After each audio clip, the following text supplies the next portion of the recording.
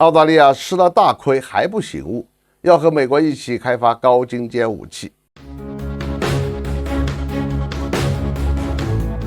大家好，我是罗富强，欢迎来到富强观察室。本期我们聊的话题是澳大利亚做了美国的冤大头。最近，澳大利亚政府决定大规模增加军费开支，未来10年要支出大概2120亿美元。他干嘛要花这么多钱呢？澳大利亚虽然是一个领土和资源大国，但是在人口、政治、军事、外交上都是一个小国。澳大利亚一共只有2000多万人，还没有北京或者上海的人多。这些人分散在澳大利亚沿海的几十个城市里，只有悉尼和墨尔本还算得上人口超过100万的大城市。这样的格局意味着澳大利亚很难把人口和经济力量集中起来，建立一支像样的军队。所以澳大利亚在军事问题上一直都充当着美国的附庸，从来没有独立执行军事行动的能力。另外，澳大利亚是一个没有什么国防工业的国家，主要的武器装备都要从国外进口。虽然号称军舰和潜艇都要国产化，也只不过是引进国外的图纸和技术，还有核心设备在澳大利亚组装而已。所以澳大利亚大规模增加军费开支，从经济学的角度就是在给欧洲和美国的军火商送钱。最近10年以来，武器装备价格的上涨速度超过了澳大利亚经济的增长速度，特别是美国在向澳大利亚出口武器装备的时候，都要收取好几倍的高价。所以这就必然带来了澳大利亚军事力量在数量上的萎缩。要想维持住一定规模的陆海空三军，澳大利亚就只能增加军费投入。买不来足够的枪杆子，大家就只能空手上战场了。这样的策略是不是能够起作用呢？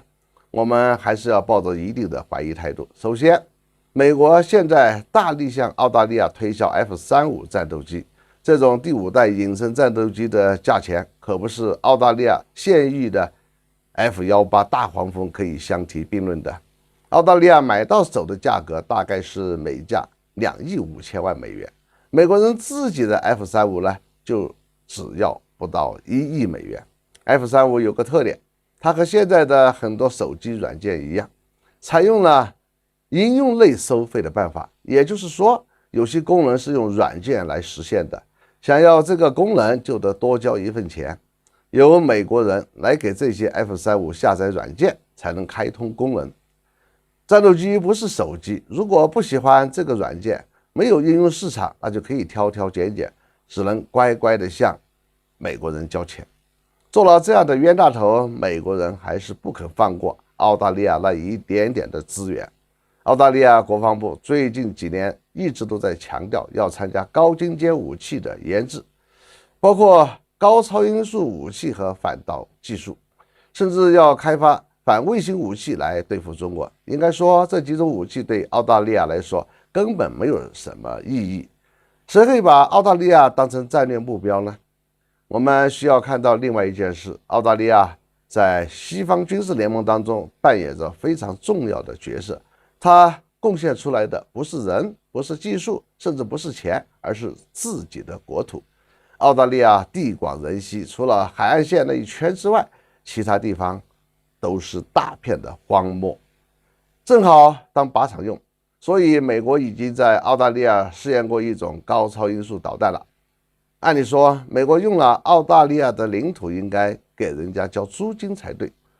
可这正是美国的高明之处。他把澳大利亚拉进自己的军事同盟之后，帮美国开发新式武器，就变成了联盟义务。澳大利亚不但不能收钱，还需要往里面搭进去不少科研经费，还有保障的费用。虽然按照条款，澳大利亚可以分享科研成果，但是对于这个完全没有航空航天工业的国家来说，拿到那些数据又有什么用呢？无非是让政客们吹吹牛罢了。由于受到新冠疫情的重创，美国目前很缺钱，导致美国政府不能够大幅度的增加军费，所以在今后几年，美国军方的军火公司还会盯着澳大利亚的口袋不放，不把那几个小钱包掏干净，他们是不会善罢甘休的。好，本期话题就到这里，下次再见。